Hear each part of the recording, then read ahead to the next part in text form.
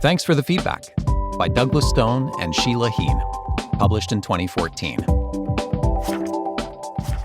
It's time for your performance review, or the discussion over who does the dishes, or maybe you're about to receive student evaluations. Feedback is coming and anxiety is creeping up.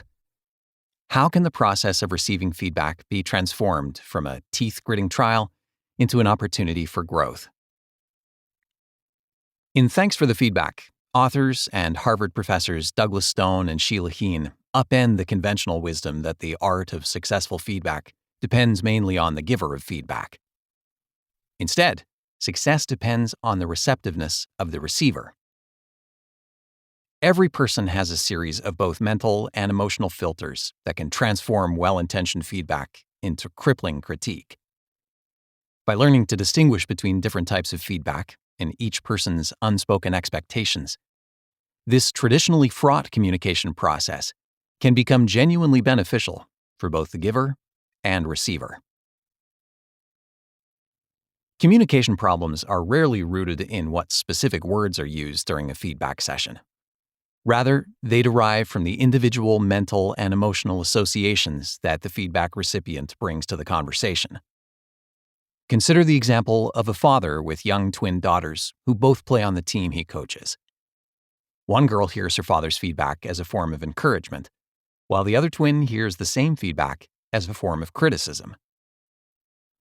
By tailoring his feedback to include a heavier dose of appreciative feedback instead of evaluative feedback for the girl who is negatively interpreting his advice, the father is able to make each twin respond with enthusiasm, not frustration. However, in adult settings, people rarely experience this insight. A wife who previously told her husband she didn't like red roses responds with fury when he gives her a bouquet of the flowers, because she interprets this gesture as another example of his inability to listen to what she says. The husband, who didn't remember his wife's stated dislike of red roses, interprets his wife's furious feedback as a lack of appreciation for his efforts in the relationship. Successfully receiving feedback requires understanding not only one's relationship to the person giving the feedback, but also knowledge of one's own perspective and sensitivities. A stranger can often provide observations that will be better received than if those same observations originated from an employer or intimate partner. Unsurprisingly, both personal temperament and built-in neural structures dramatically influence how each individual interprets advice. Each person has a baseline, which describes their default state of contentment regardless of what is happening to them. They also have a capacity for emotional swing, or a degree of temporary emotional variance from the baseline. These elements work in tandem to temper how feedback is processed. Some people recover quickly from bad news. Others take considerably longer. While individual baseline and swing can't be changed, learning the limits of both baseline and swing helps every person better gauge and separate their emotional reactions from the content and import of the feedback. While it's crucial to understand how feedback is received on an interpersonal level, organizations can also implement these insights to create more responsive and effective systems, resulting in enhanced productivity and a boost in company-wide morale. Being open to the process of learning about one's own reactions and the perspectives of others is required for anyone who wants to improve their relationship to receiving feedback. Individuals who refuse to consider feedback as an opportunity for personal growth will consistently have poor experiences and stalled relationships, while those who attempt to understand outside perspectives and motivations will accrue insights as well as personal and professional gains. Key insights. 1. The key to a successful exchange of feedback isn't in how the feedback is given, but rather in how it is received. 2. Feedback is often immediately rejected because it emotionally triggers the recipient. 3.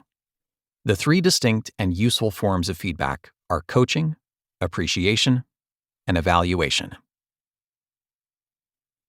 4. Switch tracking describes the process by which a conversation started by someone giving feedback rapidly splits into two separate conversations in which each participant gives feedback but does not receive it. 5. The emotional relationship between two parties exchanging feedback has a profound effect on how the recipient responds to the input. 6. Learning to dismantle distortions is crucial to receiving feedback. 7. A growth mindset allows a person to experience and accommodate changing conditions, while a fixed mindset causes greater emotional hardship. 8. Organizations benefit from honestly analyzing the strengths and weaknesses of their feedback systems. Analysis. Key Insight 1. The key to a successful exchange of feedback isn't in how the feedback is given, but rather in how it is received. Most people who regularly give feedback strive to improve their presentation or method of delivery, with the hope of increasing its efficacy. Studies show that while the way feedback is conveyed is important, if the intended audience is not receptive, the communication will still not be successful. Spending more time focusing on how an individual receives feedback helps improve the process. Employers, parents, and teachers often experiment with reiterating their feedback, attaching conditions to it, such as rewards or punishments, or otherwise amplifying their authority in an attempt to overcome the receiver's reluctance to hear what they're saying. In contrast, those giving feedback will have a much more successful experience if the receiver removes obstacles to listening and practicing how to process their advice.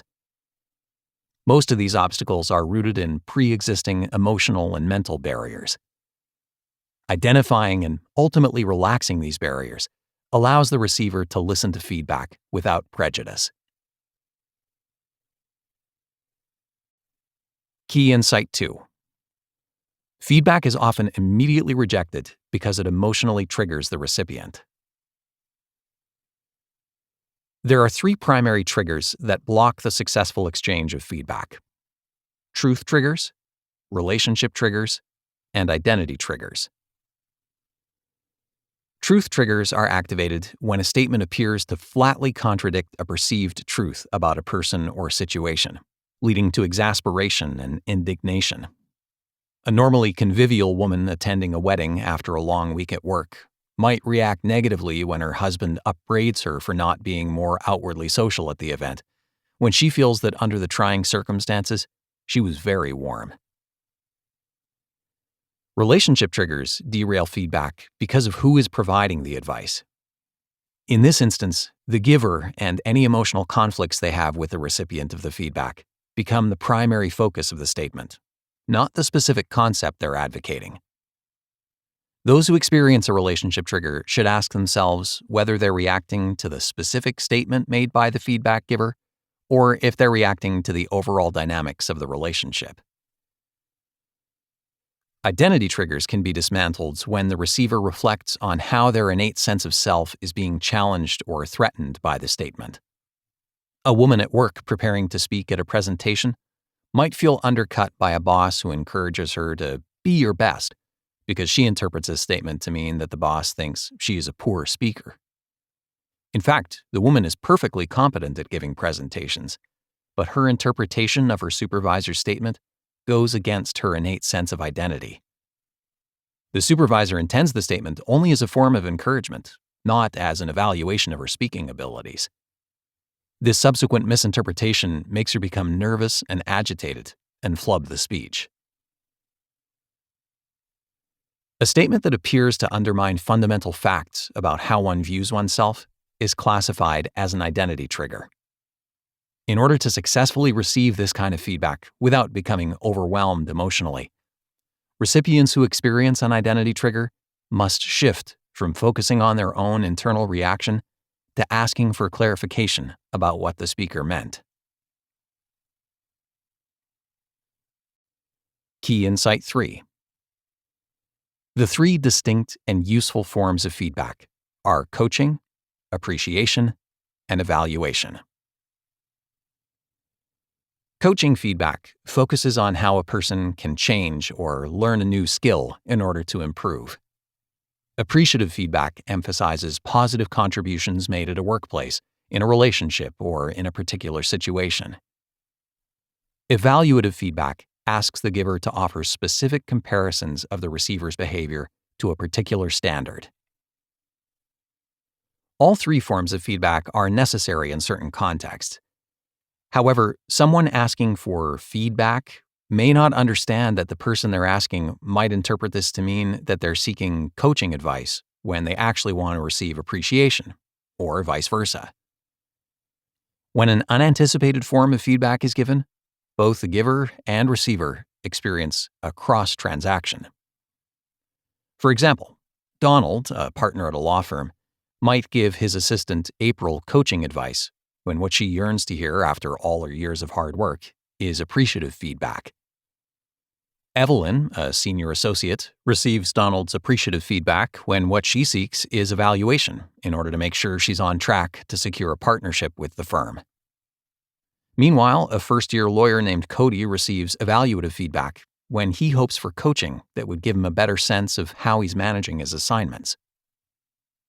In this scenario, all recipients ultimately feel frustrated by the experience, while Donald, unaware of how badly mismatched his feedback is, mistakes a lack of conflict for success. Believing he has provided excellent advice to each employee, he is prompted to consider coaching his other partners on their communication skills. Key Insight 4. Switch tracking describes the process by which a conversation started by someone giving feedback rapidly splits into two separate conversations in which each participant gives feedback but does not receive it. Relationship triggers are the primary causes of switch tracking, in which a feedback giver's observations are misinterpreted by the recipient, causing them to start a different conversation, addressing an unrelated subject.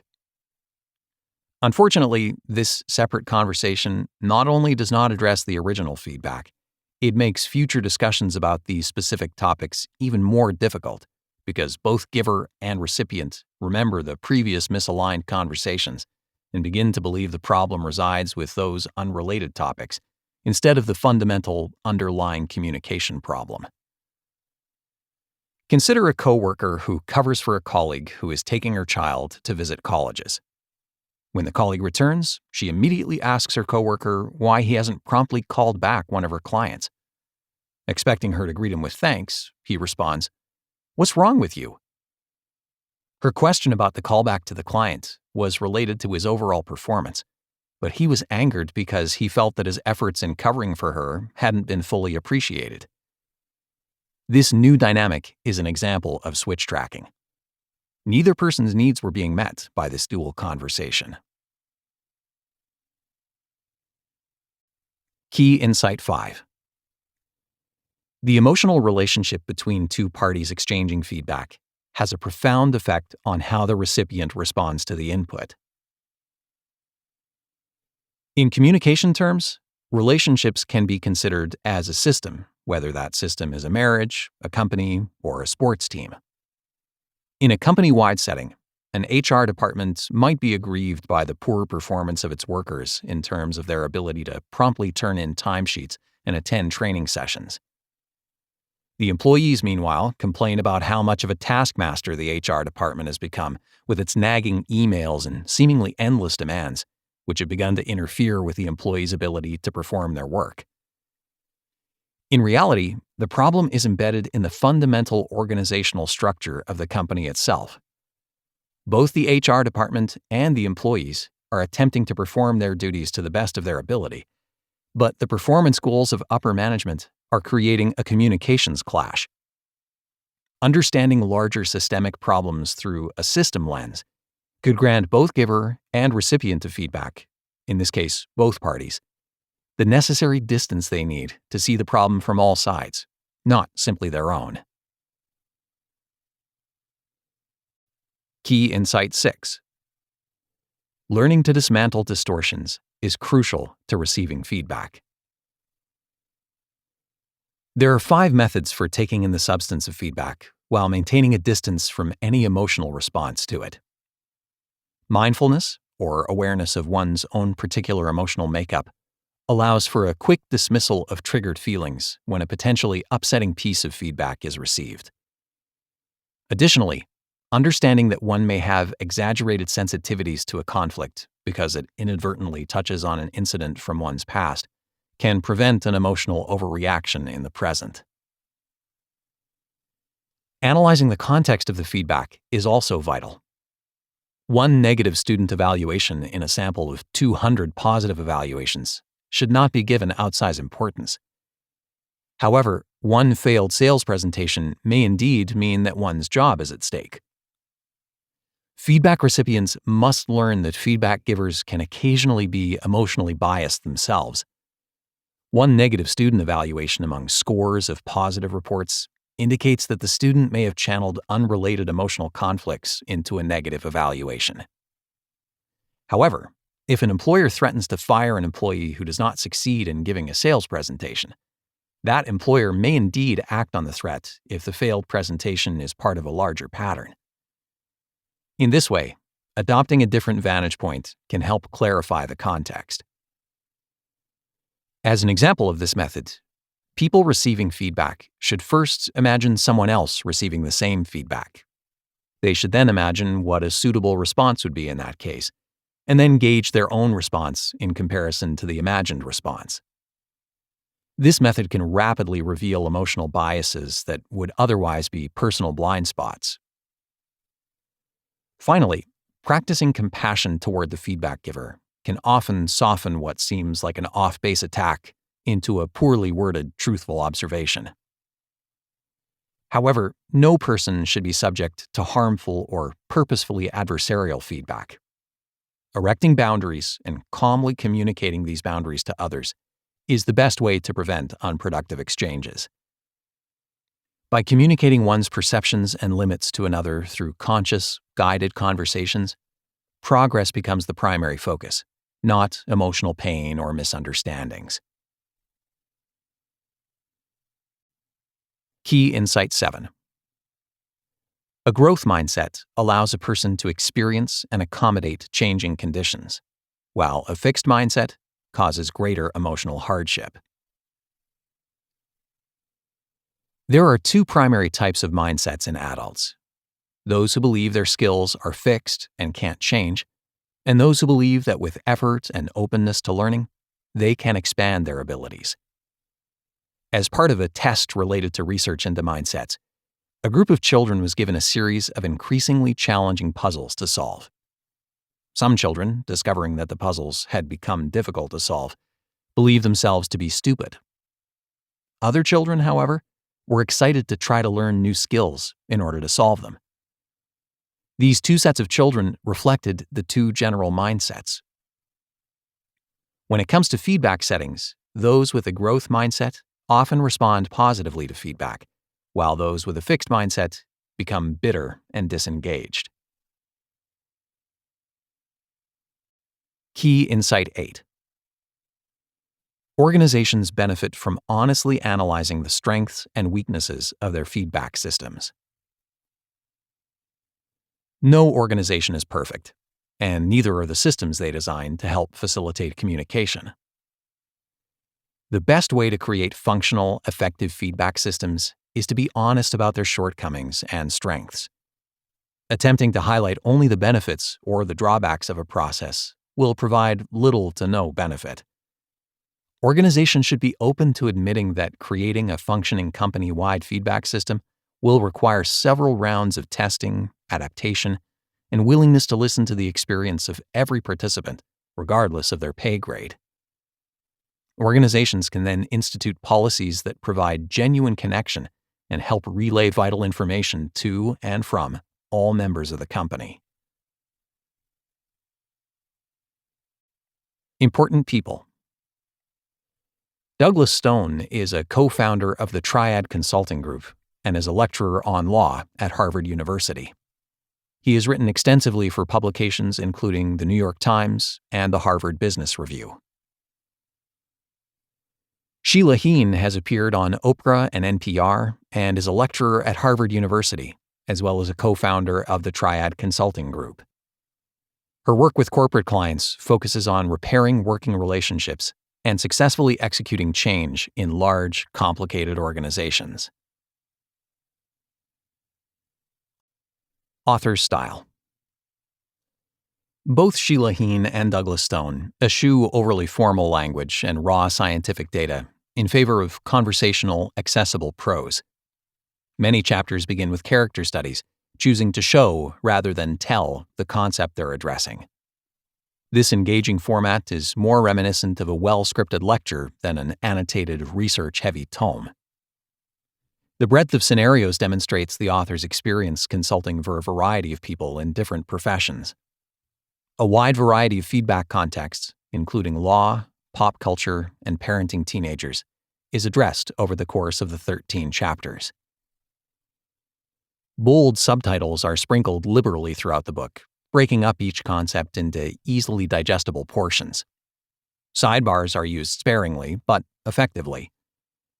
The authors fluidly shift between writing in the third and second person, depending on whether they're attempting to illustrate a concept or directly transform that concept into advice. This shift prevents the work from becoming polemical while making it easily relatable. A sense of familiarity between the two authors can occasionally become overly pronounced, specifically when the text states that, when one of the authors was in high school, we won't say which author, he played defensive back on the football team. Statements of this type may be intended to introduce humor, but ultimately feel extraneous and distract from the otherwise taut flow of the work. Author's perspective. As college lecturers, the authors parlay their ability to communicate verbally with large audiences into written insights that are largely timeless. The major recommendations of the work rely on no particular technology, hierarchical business structure, or family organizing principle. Instead, the observations offered are designed to reflect innate human patterns of behavior. While a majority of the examples tend to feature college-educated professionals or other middle-class workers, the authors try to focus on mitigating conflicts that could arise in any socioeconomic setting. The text is careful to stick to its area of expertise, which is largely based on thought experiments, interpersonal observations, and group discussions. To their credit, the authors do not delve too deeply into other fields that would require different datasets or degrees of study. The psychological terrain of how a person's baseline is formed, for example, is not investigated as fully here as it would be in a work authored by a dedicated psychologist or therapist. Instead, the authors emphasize only that each person should fully familiarize themselves with who they are in order to have more successful interpersonal interactions.